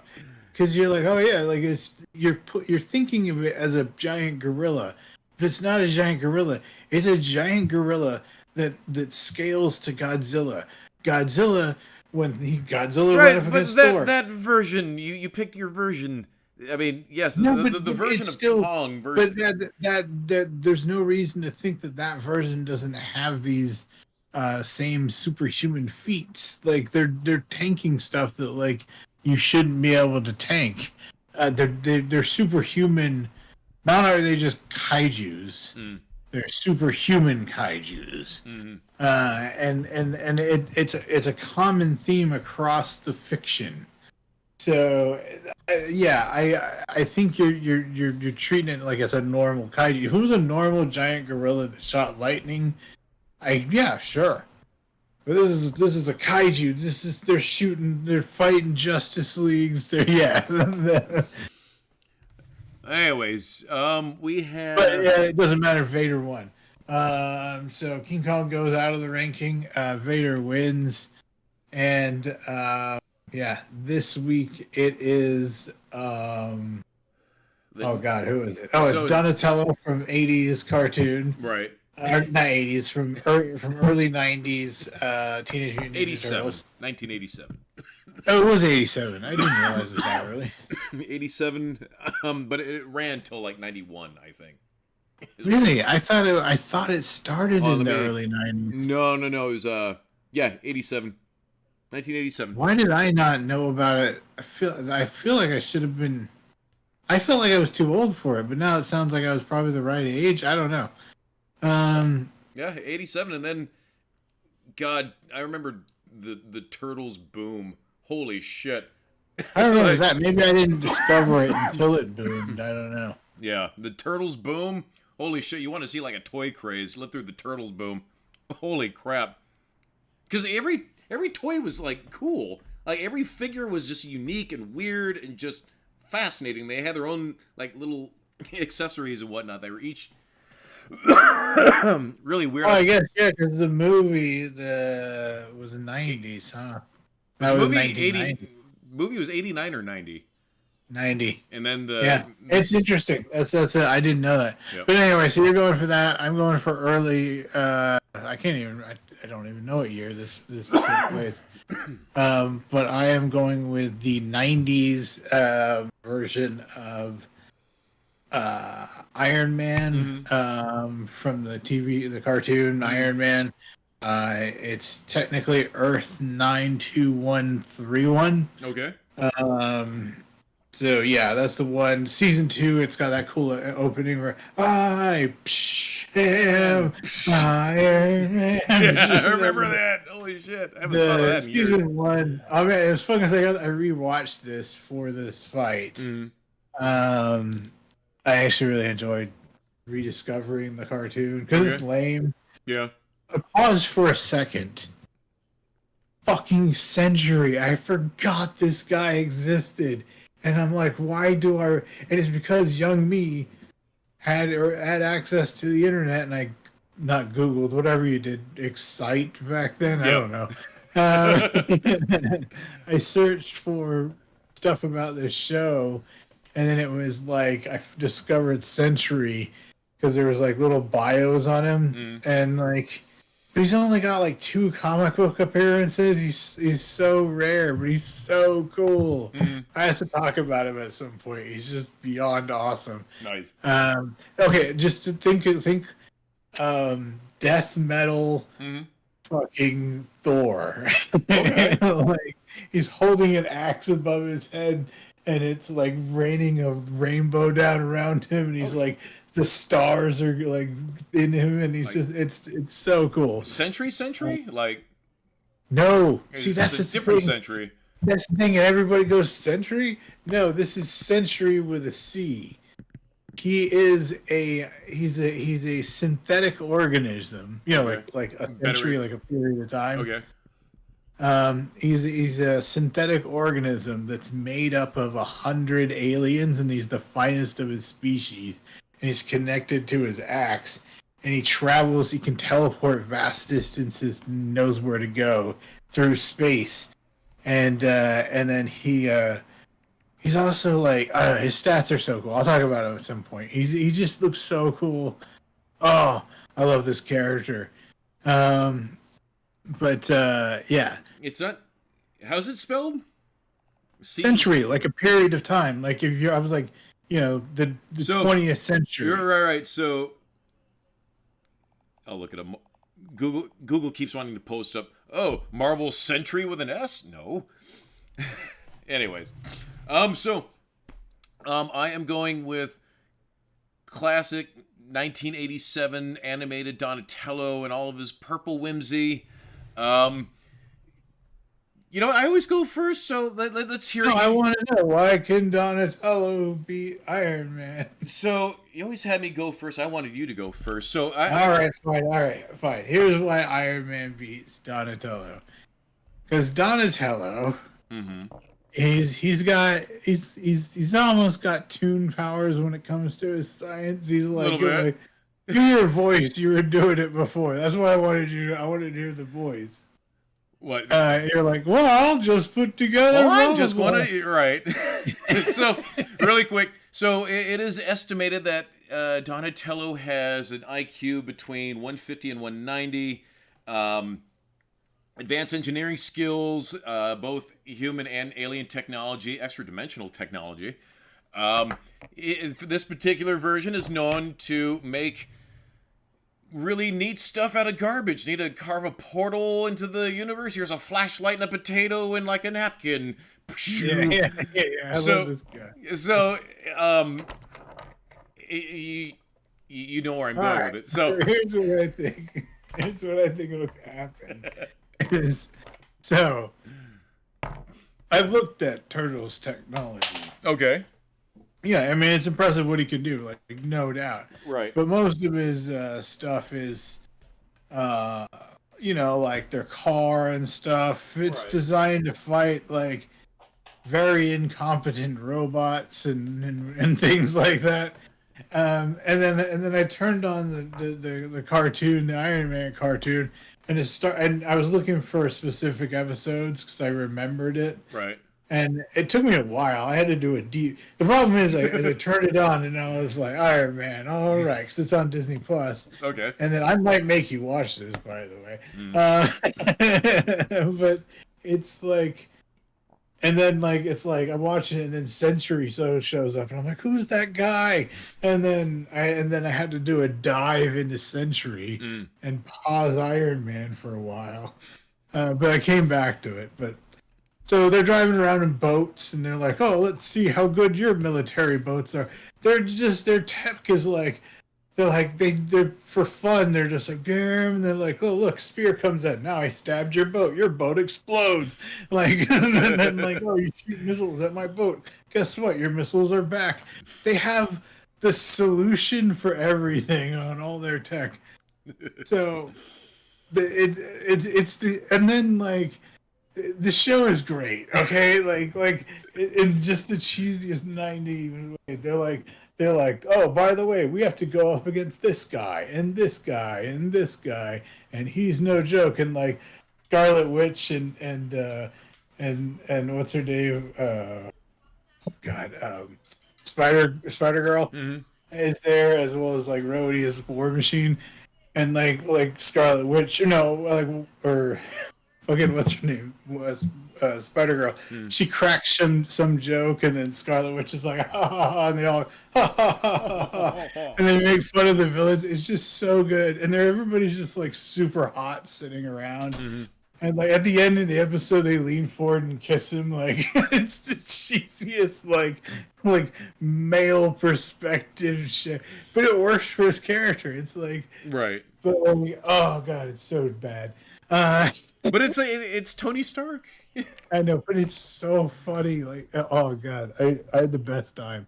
But anyway, so Donatello, presumably, I'm guessing. So they're both in New York. So it takes place in New York. Boom. Avengers but Tower. They're Turtles. both in New York, but like, so Donatello's at some point during this matchup. Donatello is going to be like, blah, blah, blah, I'm going to need to get into his tech. And he's going to be like, oh, I'll just do the da-da. And then, like, and then he's going to, that's what it is. He's going to be like, I'll just, like, hack into the da-da. Yeah. And then he's going to do that. He's going to incorporate Stark's tech. And then they're going to attack him. He's going to tee it in. Cowabunga. And Iron Man's going to be like, oh, this is interesting. And then they'll be like, we've got you this time, Stark, and like, but they're goofy anyways. They're really ineffective even with that movie. So, and he's not. And they're not always goofy. They can be goofy. They've been serious at times. At their finest, they are not near Stark. But anyway, here's how it goes down. They've incorporated Stark's.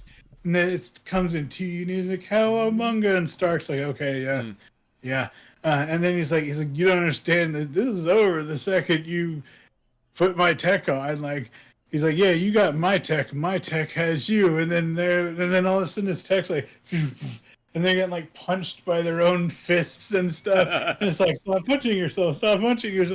And then like.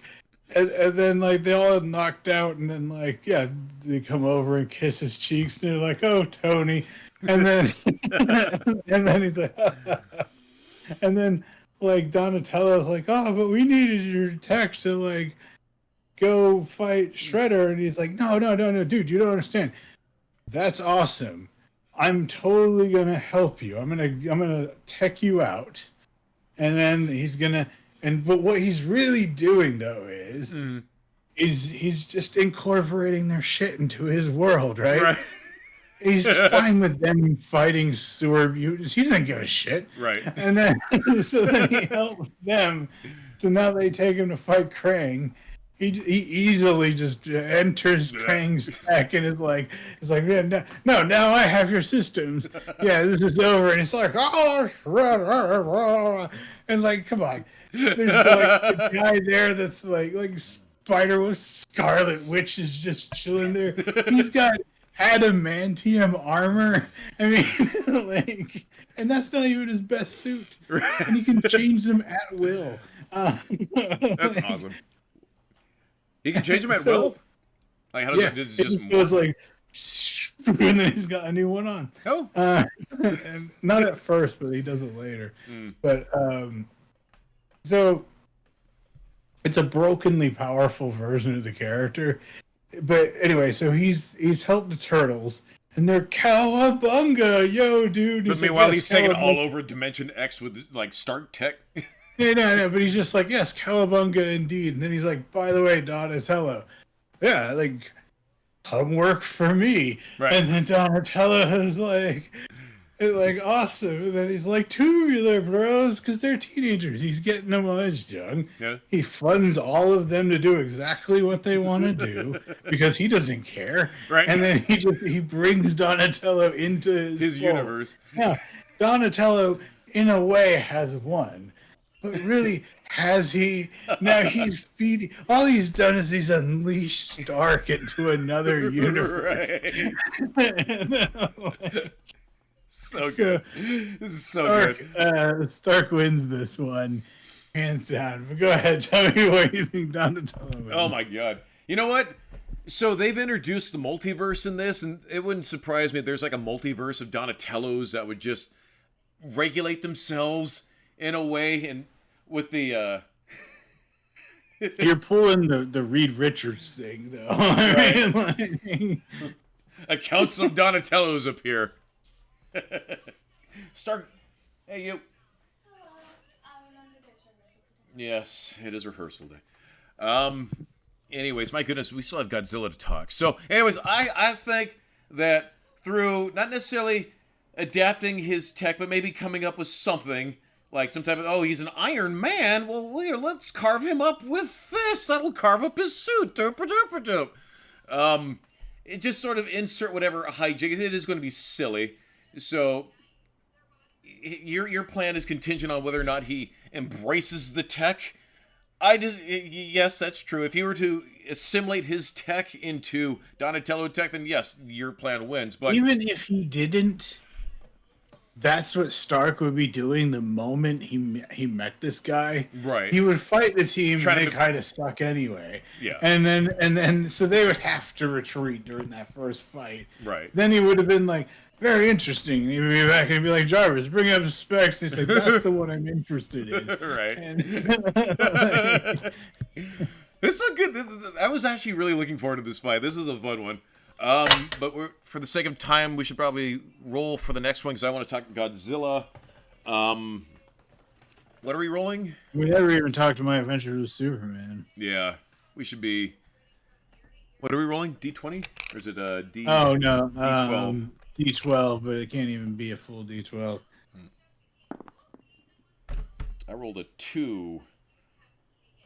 Wait, that's not a D12. 2, you got, he just fought, right? He just won. You could have Vader again. That's who you rolled. Yeah.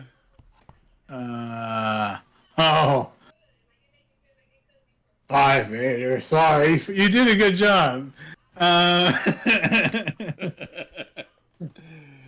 He's going up against the god killer that is Zatanna.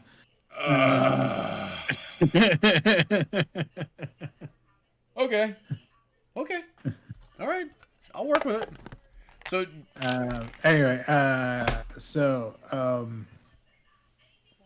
what am I thinking? Oh yeah, so we'll put the thing up. So you're to summarize the arguments. I think that Stark assimilates turtle.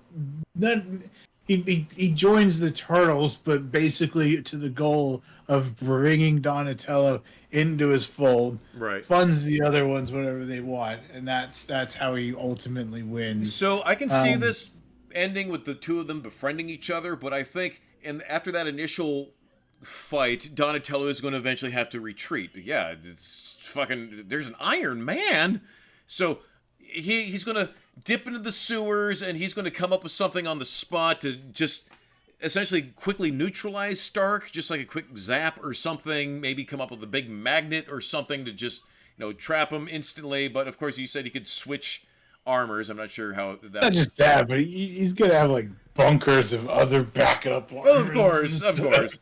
But I think after that initial holy shit, enough to not kill but incapacitate Stark enough to where he can be like, okay, and then you pick up with your extra layer of. So you think he can win the battle, but not necessarily. Not necessarily the overall. It is a battle thing, right? Okay, I think that I think that Stark would easily handle the battle, but we'll put this one up for you guys, up on Twitter and Facebook, and then we'll tally the votes. You can also leave us in the comments who you thought won. Anyway, so yeah, Behold Nerds is our weekly book club of sorts. We take a look at comic books, movies, TV shows. Basically, we take turns picking one. I picked Godzilla -1 mostly because it was aligning well with our show, and you had rented it, and it just dropped on Netflix. So we watched it. So what do you think of Godzilla -1? I fucking love this movie. So well done.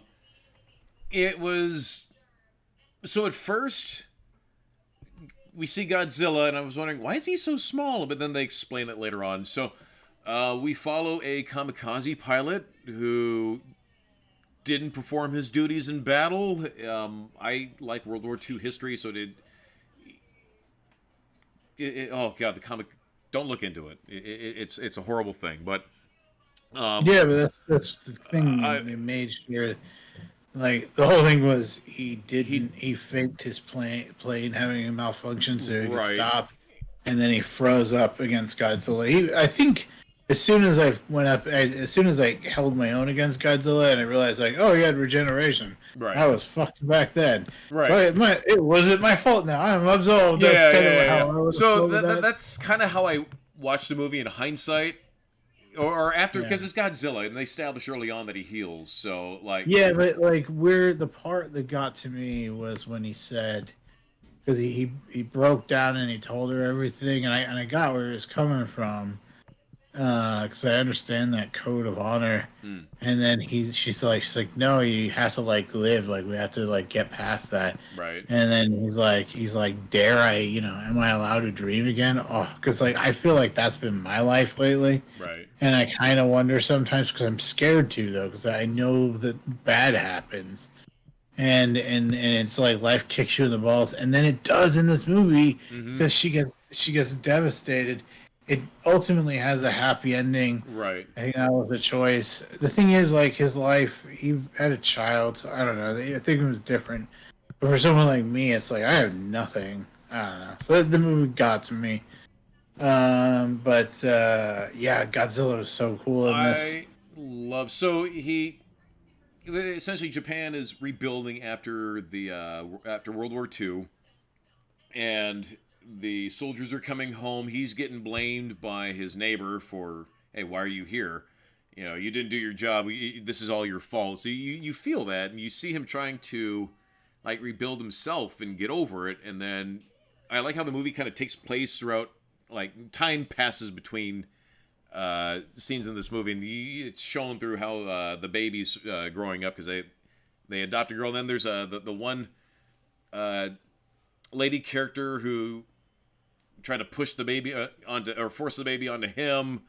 Yeah, well, that was like the reason she's impressed by him is because he didn't just leave the baby there. Yeah. and then she realized, but so she exploited him in a way, right? But at the same time, like she saved him, and then his neighbor saved him. That was the thing. They started saving each other by bringing themselves together, right? And then the theme of the movie was like, no, you were like what they were asking of us was insane, right? We're fighting now as us, right? And that was the difference. But like, can we just talk how cool Godzilla was? Yeah. Though? So, did you squeal when the Godzilla theme came on? Because you know the Godzilla theme. It came on when he was in the boat. So they're tasked with going out 2 boats to chop the mines, to clip the mines and detonate them. And we have specialized boats. Can I say though, the reason that they all died was the person who lost his nerve and like shot Godzilla. That guy, it was that guy's fault. I mean, because like if you just kept your head down, I think there's a good chance he would have been like, "That was fucking boring." Yeah. So, where was I? What was I saying? Something about a thing. I'm sorry. Dude. No. So I liked. You said the Godzilla. Yeah. So the specialty boats. And we see them, and there's like these garbage wooden boats, and you're like, oh fuck! But then you realize, these, they're it's wood, they're not magnetized, so yeah, they're special boats. But God, to see Godzilla come out of the water and just his theme kicks on, and you just see him trailing behind the boat, and just it's so cool. You can see where the inspiration from Jaws came from a little bit, where he tried to totally. I was thinking it like, it reminds me of Jaws. But then, like, when you actually see him, like, and he pops him, and he looks pissed off and stuff. Yeah, so they make Godzilla expressive in this, like, little expressions. He's always had, like, they've always worked with that. Yeah. But... So, one of the things I liked was, it was sort of like a nod to classic Godzilla. It was just a scene of Godzilla walking through the city. This is after he returned. And remember how his tail originally, it sort of like drooped low, and then you had where it was connected to the string, and then his tip sort of dangled. And it would just sort of, they dangle it, and his tail would just sort of look silly dangle. They recreated that in a quick moment with Godzilla, where you see him walking, you see his tail dangling. It was just funny. I think they did. I guess I've seen so many versions of Godzilla across so many mediums. Like, I don't necessarily look for that kind of stuff. It felt very authentic to Godzilla, but also making him look like very much a scary predator. And then my favorite part, obviously, the part that like it's just the boom, boom, boom, and like all the things are popping out, and then it goes off, and it's a freaking nuke. Yep. And then she's just like, here's the thing though, why did she shove him to the side rather than just be like piled rifle? And that's how I guess I was confused. I thought that's how it would go. I thought she'd jump on him and push him in that way. Right. But she like just pushed him aside, like, because the movie needed a happier ending. I know. Well, no, but I mean, it needed to hit you harder then. But like, that was right after he was like, "Do I dare to dream?" I get the point of it. The mechanics of it. I was like, that was a weird thing. But it was the atomic breath was it was so cool, so good. And like there are scenes like we mentioned before. It was like, it's like, here's a train, and it's like clearly a model, and like, but you know what? It's just, I'm fine because that's the style. That's Godzilla. It's familiar. You could do it with something else. The reason the movie worked is because it was excellent all the way across. Like, and we allow models, but it just has to be good. Like even with the tank, just the little model tank. It looked cool. I knew it was a model, but. It's blending everything together, and it happens so fast. Like, unless you're really looking for it, like it took me a second to realize, that's actually like a model tank. That's not wow, they got a big old tank. That's cool. Like even when they have like the little tanks staged up, it looks good.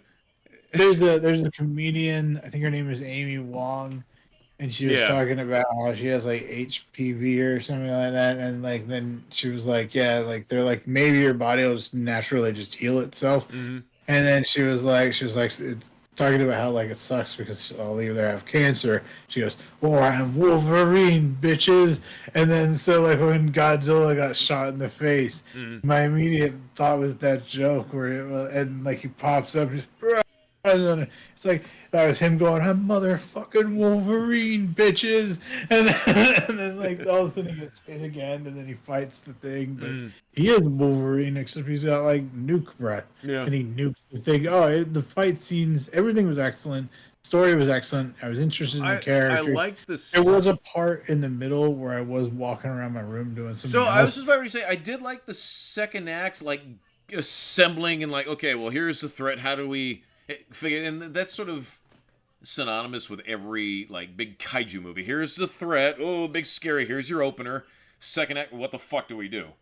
I liked how they figured out a way to just we're going to kill it by pressure. We're going to drop them really quick, and then we're going to bring it up, and we're going to keep doing it. And then we have this. Like it was cool.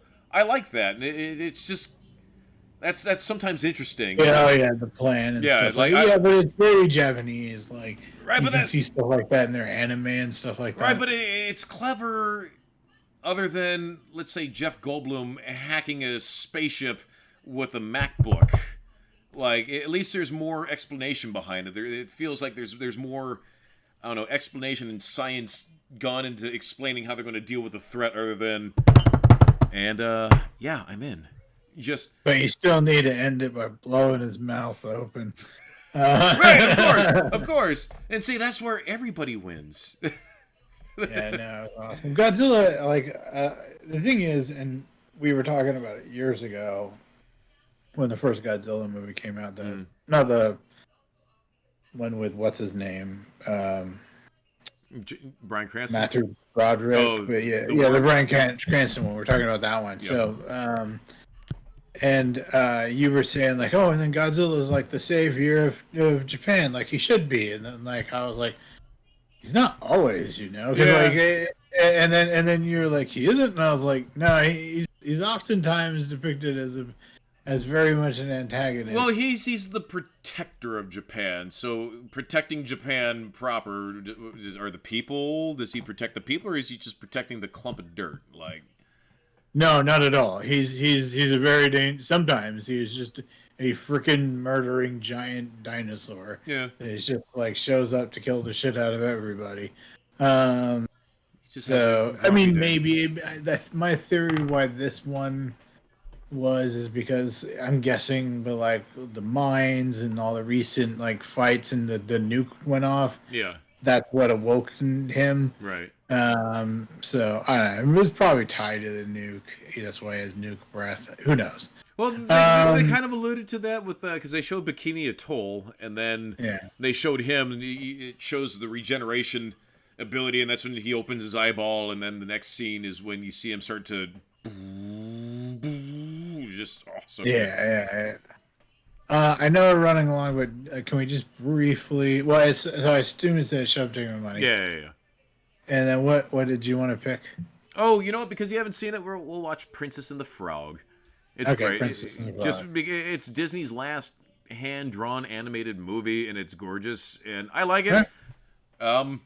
Just fun. Disney. So we'll do that, and then real briefly, My Adventures with Superman episode.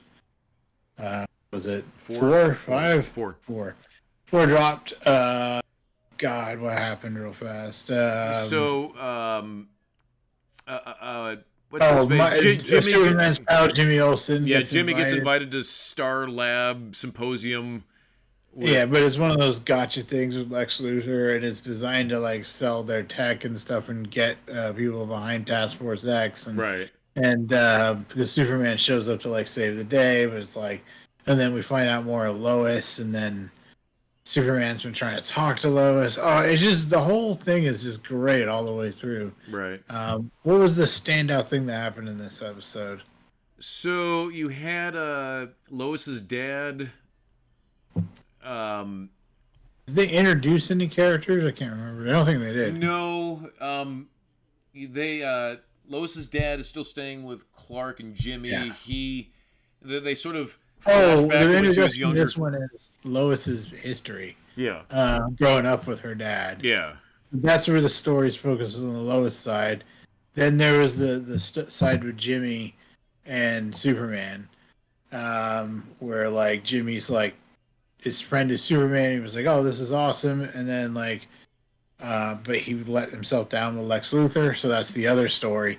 And then the final element is Superman's relationship with Lois. Like Lois is just like, "I'm sorry," and he just like, "I need to talk to you," and it's about his cousin. And then he decides to reach out to his cousin. Right. She wasn't very pro about that, so